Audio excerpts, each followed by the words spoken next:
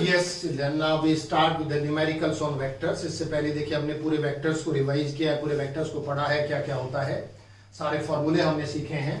और I hope जितने भी फॉर्मूले हमने पिछले वीडियोज में बताए हैं वो सब वीडियोज आपने देखे होंगे। और अगर नहीं देखे हैं तो इसमें आप हम आई बटन पर आप प्रेस करके और देख सकते हैं, पिछला वीडियो देख सकते हैं। उनमें हमने कौन कौन से फॉर्मूले लिए हैं देखिए। पहले हमने वेक्टर्स लिया है, उसका मॉडुलस निकालना सिखाया है, उसका यूनिट वेक्टर का फॉर्मूला क्या है, उसके बाद उसका एडिशन क्या है, सब्ट्रैक्शन क्या होता है, क्या क्या फॉर्मूले हैं, मल्टीप्लिकेशन क्या है, dot product, cross product, resolution, ये पहले सारे फॉर्मूले आपको लर्न होने चाहिए, तब आप न्यूमेरिकल्स को सॉल्व कर सकते हैं। जैसे कुछ फॉर्मूले हम बहुत शॉर्ट में लिख रहे हैं जिससे कि हमें आइडिया हो जाए कि कौन कौन से आप फॉर्मूले अप्लाई करेंगे, वो पिछले वीडियो में भी आपको बताए गए थे। तो देखिए सबसे पहले आप यूनिट वेक्टर का फॉर्मूला लेते हैं, वेक्टर अपॉन इट्स मैग्नीट्यूड। केवल हम इंपॉर्टेंट फॉर्मूले मेंशन करते जा रहे हैं जो इसमें है, ठीक है। अगर इसमें हम दो वेक्टर का रिजल्टेंट ले रहे हैं, r इज इक्वल टू क्या होता है a प्लस बी, और इसका जो मैग्नीट्यूड आता है that is a square plus B square plus 2ab cos theta. ये formula where theta is the angle between vector a and vector b, जिसको हम कहते हैं the angle made by vector b with vector a। और यहीं से direction निकालते हैं आप, tan beta is equal to b sin theta upon a plus b cos theta, ठीक है। और तीन इसके स्पेशल केसेस हमने बताए थे। अगर थीटा इज इक्वल टू 0 है then r is equal to a plus b होगा। Second, if theta is equal to 180 है then r is equal to either a minus b और b माइनस a होगा। और थर्ड, अगर theta 90 degree है तो r is equal to under root a square plus b square होगा। और यहाँ से tan बीटा भी आपने निकाला था b अपॉन a। और देखिए मैक्सिमम होगा और ये कितना होगा, मिनिमम होगा। जब दो वेक्टर आप इसमें थीटा की कोई भी वैल्यू ले लीजिए, r की मैक्सिमम वैल्यू कितनी पॉसिबल है वो a प्लस बी है, और मिनिमम कितनी होती है a माइनस बी। और यही फॉर्मूले वेक्टर सब्ट्रैक्शन के भी होते हैं। क्यों? Vector subtraction is a kind of addition. Second vector की डायरेक्शन को रिवर्स करो और पहले वेक्टर के साथ ऐड कर दीजिए by law of parallelogram of vector addition और law of triangle of vector addition, ऐसे आप करते हैं, ठीक है। उसके बाद कुछ आपने रिजोल्यूशन के फॉर्मूले पढ़े थे। If this is vector a, this angle is theta, then this component is equal to a cos theta and this component is equal to a sin theta, ठीक। उसके बाद डॉट प्रोडक्ट का फॉर्मूला आपने पढ़ा था, a dot b is equal to ab cos theta. इसकी हमने properties पढ़ी थी, एंगल निकालने का फॉर्मूला यहाँ से पढ़ा था, ज्योमेट्रिकल मीनिंग भी पढ़ा था। इसी में अगर हम निकालते हैं component of vector a is equal to a vector dot b cap, और किससे मल्टीप्लाई करते हैं, b कैप किसके along, along b vector, A का प्रोजेक्शन बी के अलोंग, ये फॉर्मूला भी हमने बताया था आपको। और इसी के साथ साथ फिर हम क्रॉस प्रोडक्ट के फॉर्मूले भी लेते हैं। क्रॉस प्रोडक्ट का फॉर्मूला आप लेते हो क्या, A B sine theta C cap आप बताते हैं, और बी दोनों के परपेंडिकुलर होता है, govern by right hand screw rule. I j k में सब हमने एक्सप्लेन करके बताया था। इसमें हमने ax bx वाला फॉर्मूला भी आपको बताया था प्रोडक्ट वाला, और इसमें हमने डिटर्मिनेंट वाला मेथड। तो ये सारे फॉर्मूले और भी कई सारे फॉर्मूले थे, ये थोड़े से इंपॉर्टेंट फॉर्मूले हमने भी डिस्कस किए हैं। चलिए एक एक करके क्वेश्चंस लेते हैं। देखिए ये कुछ क्वेश्चंस हम इसमें डिस्कस कर रहे हैं। और पहला क्वेश्चन ले रहे हैं, is I cap minus J cap a unit vector, explain. आपको बताना है कि आई कैप माइनस जे कैप क्या यूनिट वेक्टर होता है। अच्छा, पहले हमें ये पता होना चाहिए what we mean by unit vector. Unit vector वो होता है जिसका मैग्नीट्यूड कितना होता है, 1 होता है। तो क्या करें, इसका मैग्नीट्यूड फाइंड करें, इसका मैग्नीट्यूड निकालिए। और जब इसका मैग्नीट्यूड निकालेंगे, देखिए मैग्नीट्यूड का क्या फॉर्मूला आता था यहाँ मैग्नीट्यूड का, that is under root A X square plus A Y square plus A Z square, तीनों कंपोनेंट्स के लिए। तो देखिए इसका मैग्नीट्यूड कैसे निकालोगे, लेट इसका सॉल्यूशन ले रहे हैं, vector a is equal to i minus j. मान लीजिए इसमें तो कोई डाउट नहीं है, ये वेक्टर मान लिया आपने। बताइए इसका मैग्नीट्यूड क्या आएगा, a कैप लिख लीजिए या ऐसे लिख लीजिए। क्या फॉर्मूला होता है, अंडर रूट, बताइए i का मल्टीप्लायर क्या है, 1, और j का कितना है, -1, और ये कितना आ जाएगा, under root 2। It is not equal to 1, and since it is not equal to 1 so that it is not a unit vector. So this vector I vector minus j vector, और जिन पे k लगे हुए unit vector, this is not a unit vector, ये unit vector नहीं है। समझ गए, इस तरह से निकाल सकते हैं। और अगर i vector plus j vector होता तो यहाँ तब भी यही फॉर्मूला बनता। यहाँ +1 का स्क्वायर वही आता, अगेन √2 आता, फिर भी हम कहते i vector plus j vector यानी कि आई cap plus j cap is not a unit vector. समझ आ गया कैसे पता लगाते हैं यूनिट वेक्टर का? यूनिट वेक्टर का फाइंड करने के लिए उसका मैग्नीट्यूड निकाल लेते हैं। अगर मैग्नीट्यूड 1 आ जाता है तो कहेंगे यूनिट वेक्टर है, और अगर मैग्नीट्यूड 1 नहीं आता है तो हम कहेंगे this is not a unit vector. समझ आ गया सब बच्चों को? चलिए now come to question number 2। क्या है सेकंड क्वेश्चन? देखिए सेकंड क्वेश्चन है अंडर व्हाट कंडीशन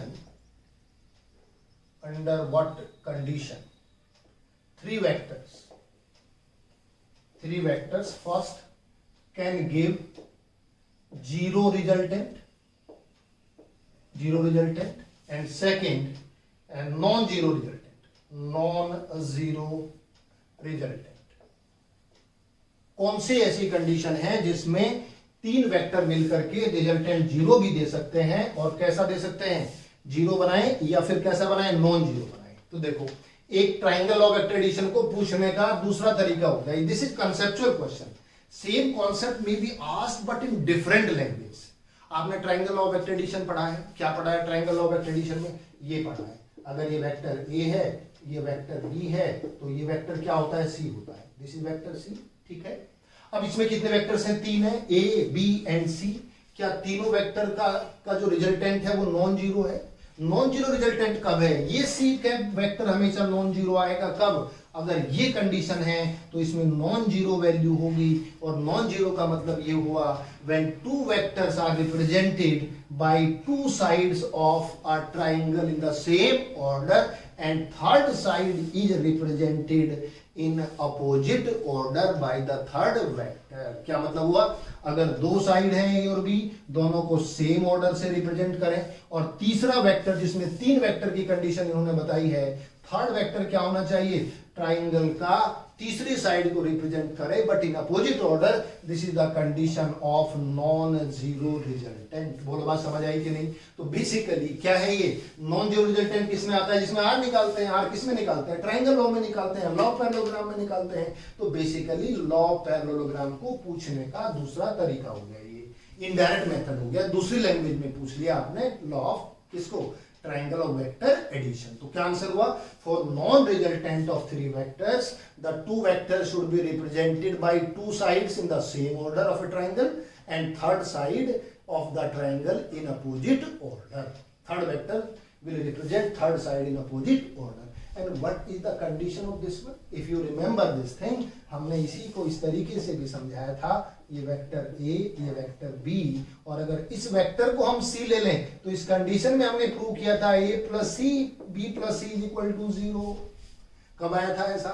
देखो अगर इधर C है तो इधर क्या होना चाहिए? माइनस C, और माइनस C वेक्टर दोनों का A और B का क्या होना चाहिए? रिजल्टेंट। इसका मतलब A plus B plus C क्या हो गया? 0।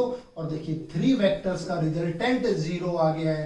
कब? When 3 sides of a triangle are represented by these 3 vectors in same order. Same order means यहां फिर इधर फिर इधर। तो अगर सेम ऑर्डर से रिप्रेजेंट करते हैं तो रिजल्टेंट की कंडीशन क्या होगी? 0 की। और अगर 2 को सेम ऑर्डर में और तीसरे को अपोजिट ऑर्डर में करते हैं तो कौन सी कंडीशन बनेगी? Non zero resultant. बोलो क्लियर हुआ कि नहीं? तो देखो ये ट्राइंगल लॉ को इस तरीके से भी हम क्या कर सकते हैं? पूछ सकते हैं। This is a way to ask this question by another method. चलिए come to the next question. एक और क्वेश्चन लेते हैं। When is the sum of 2 vectors maximum and minimum?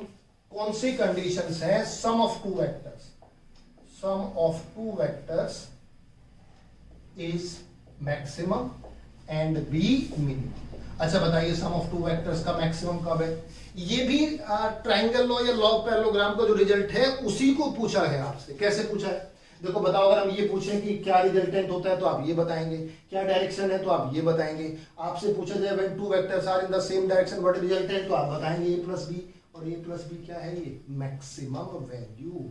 तो 2 वेक्टर की मैक्सिमम वैल्यू कब आ सकती है? When both have angle 0 between them और both are in the same direction. ठीक है। और मिनिमम कब आएगी, when both are in opposite direction. तो what is the condition of minimum value, theta should be 180 and here maximum के लिए theta कितना होना चाहिए, 0। ये भी कह सकते हैं when two vectors are in the same direction maximum and when in opposite direction minimum. Clear हो गया। चलिए next question is, are the magnitudes of a vector minus b vector same as that of b vector minus a vector।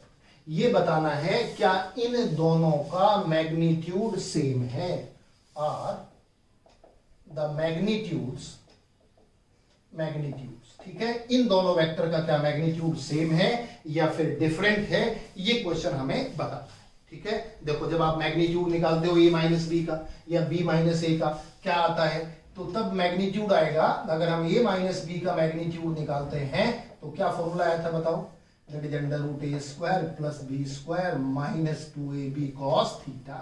And if you remember जब आपने b minus ए का निकाला था तो ये फॉर्मूला भी कैसा आएगा, सेम आएगा। It means both have same magnitude. ठीक है, अगर ये वैल्यू आप ले रहे हैं, रिजल्ट दोनों का निकाल रहे हैं, तो मैग्नीट्यूड दोनों का सेम है, फिर डिफरेंस क्या है, बट डायरेक्शन इज अपोजिट। ठीक है, तो a minus B and b minus A both have same magnitudes but the direction will be opposite. ठीक है, दोनों की डायरेक्शन क्या होती है, अपोजिट होती है, जबकि दोनों का मैग्नीट्यूड कैसा रहता है, सेम रहता है। अच्छा, इसी क्वेश्चन को अगर हम ऐसे करते हैं, a प्लस बी करते हैं, a plus b and b plus a, yes, in both these cases the magnitude and direction both will remain same। इसमें मैग्नीट्यूड भी इक्वल होगा और डायरेक्शन भी कैसी होगी, इक्वल होगी। ये मैग्नीट्यूड बताएगा और a प्लस बी में ये क्या बताएगा, डायरेक्शन बताएगा। ठीक है, अब इसमें डायरेक्शन अपोजिट कैसे होगी, देखो अपोजिट ऐसे होगी, अगर मान लीजिए a b से ज्यादा है, एक वेक्टर लगाया आपने, दो फोर्स लगाए, suppose we have two forces. ठीक है, एक फोर्स इधर लगाया, दूसरा फोर्स आपने इधर लगाया, ये वाला ज्यादा है तो किधर जाएगा, इधर जाएगा, और अगर लेफ्ट वाला ज्यादा है तो किधर जाएगा, इधर जाएगा। तो देखिए ये और ये दोनों अपोजिट हो गए कि नहीं, तो एक b माइनस ए और दूसरा a माइनस बी, तो इस तरह से क्या हो जाते हैं, अपोजिट हो जाते हैं। ठीक है, चलिए come to the next numerical और next question. If the magnitude of two equal vectors, if question number 5, if the magnitude of two equal vectors,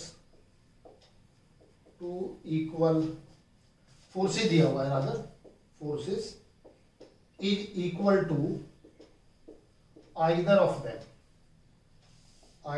of them find angle between the forces। दोनों के बीच का क्या निकालना है, angle निकालना। ठीक है, इन्होंने कहा कि मैग्नीट्यूड ऑफ टू वेक्टर्स, ये मैग्नीट्यूड वर्ड लिखा है, ऑफ टू वेक्टर्स, ठीक है, equal vectors, let two equal vectors. Solution देखिए, लेट, और वेक्टर्स भी कौन से हैं, फोर्सेस हैं, let two equal forces F1 is equal to F, F2 is equal to F, और इनका रिजल्टेंट भी कितना है, इक्वल रिजल्टेंट है इनका। If the magnitude of equal forces is equal to either of them, ठीक है, अगर इसमें लिखा है इन्होंने, if the magnitude of resultant of, एक वर्ड भी लिखा है इसमें, मैग्नीट्यूड ऑफ रिजल्टेंट ऑफ, ठीक है, टू वेक्टर्स। अब हमारे पास दो वेक्टर है, कौन से हैं, F एंड F, एक फोर्स F है, दूसरा फोर्स F है, दोनों इक्वल है। इन्होंने कहा दोनों के रिजल्टेंट का मैग्नीट्यूड भी F है, तो अगर इनका दोनों का मैग्नीट्यूड लेते हैं, वो भी क्या आता है, F आता है। तो जरा ये फॉर्मूला अप्लाई कर देना, ये भी F है, ये F है, ये F है, और क्या निकालेंगे, थीटा निकालेंगे। देखो अप्लाई कर दो ना, स्क्वायर कर दीजिए दोनों तरफ का, कितना आएगा, F square plus twice F into cos theta. देखो A वेक्टर भी क्या है, F, B वेक्टर भी क्या है, F, दोनों का रिजल्टेंट भी क्या है, F, और थीटा यहां से निकाल लीजिए, सॉल्व कर लीजिए, और इससे cos थीटा की वैल्यू फाइंड कर सकते हैं। ये कैंसिल हो जाएगा, F स्क्वायर भी कट जाएगा, -2 आएगा, और थीटा कितने डिग्री आएगा, 120 डिग्री आएगा। तो अगर दो इक्वल वेक्टर्स हैं, दो इक्वल फोर्सेज हैं, और दोनों 120 डिग्री पर इंक्लाइंड है एक दूसरे के साथ, एक 120 का एंगल बनाते हैं, तो उनका रिजल्टेंट भी क्या आएगा बच्चों, उनका रिजल्टेंट भी F आएगा, इस न्यूमेरिकल के अकॉर्डिंग, इस क्वेश्चन के अकॉर्डिंग। समझ आ गया। चलिए अब नेक्स्ट क्वेश्चन लेते हैं, कम टू नेक्स्ट वन।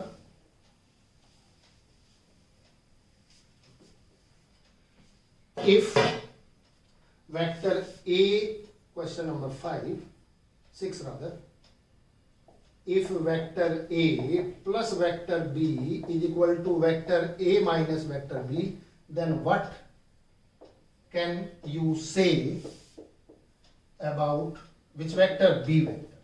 अब B vector के बारे में क्या कह सकते हैं?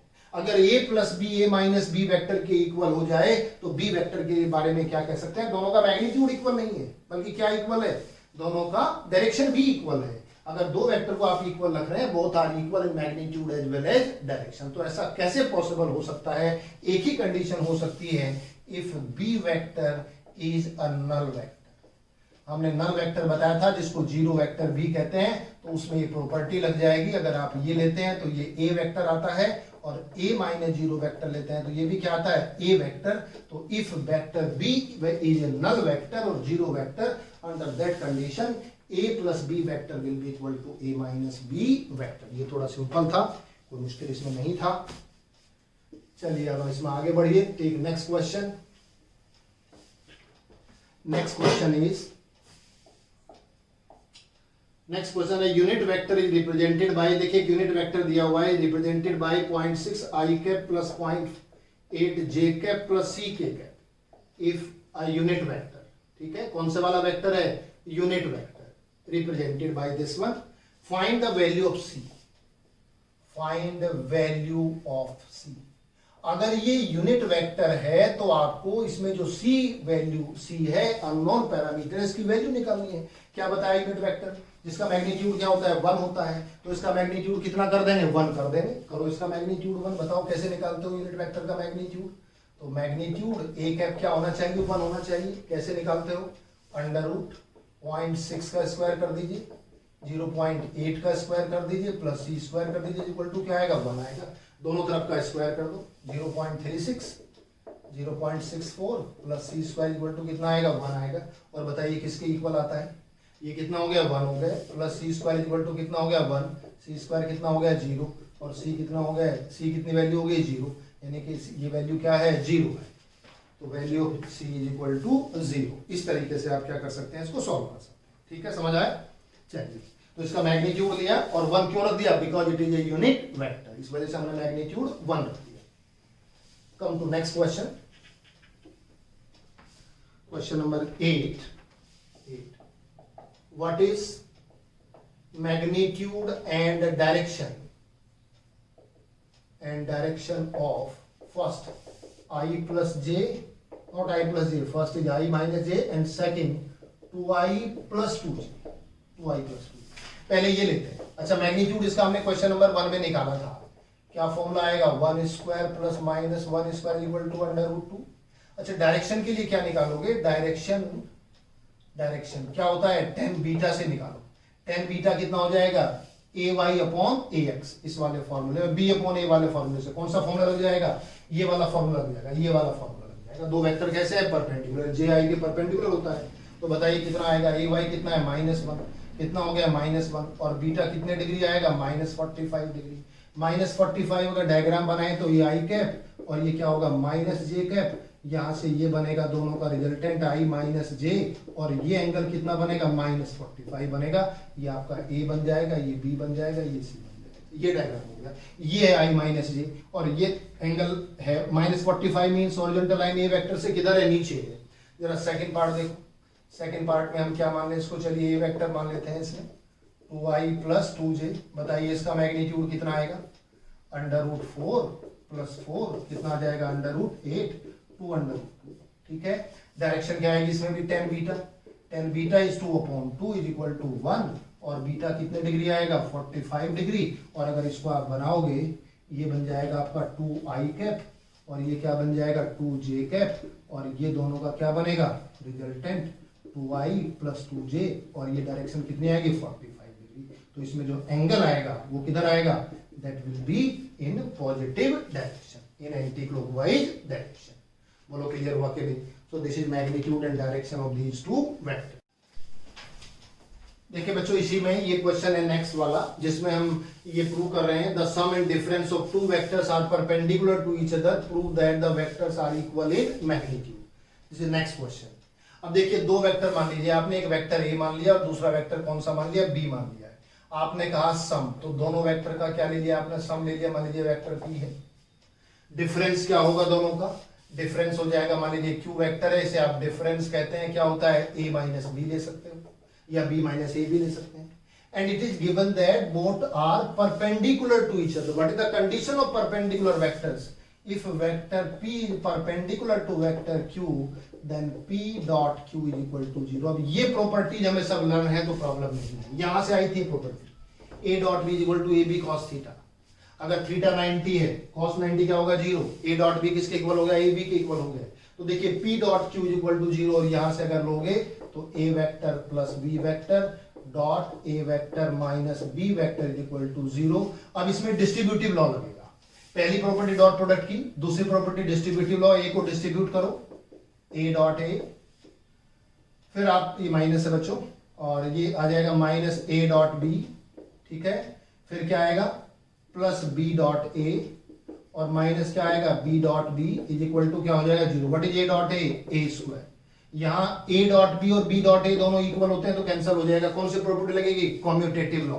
तो यहाँ डॉट प्रोडक्ट की प्रॉपर्टी, यहां पर आपकी कौन से वाली प्रॉपर्टी लगाई आपने, जिसमें दो वेक्टर परपेंडिकुलर हैं, वो वाली वेक्टर। फिर हमने डिस्ट्रीब्यूटिव लॉ लगाया, कम्यूटेटिव लॉ लगाया, दोनों A dot B dot A होता है। और फिर यहाँ the dot product of a vector with itself is equal to square of its magnitude. और यहां से आप सॉल्व कर देंगे, ए इज इक्वल टू क्या आ जाएगा, बी आ जाएगा। ये प्रूव होगा। तो देखिए इस तरीके से हम क्या कर सकते हैं, इसको सॉल्व कर सकते हैं, प्रूव कर सकते हैं। क्लियर हो गया। चलिए नेक्स्ट क्वेश्चन ले रहे हैं, एक और क्वेश्चन इस वीडियो में ले लेते हैं।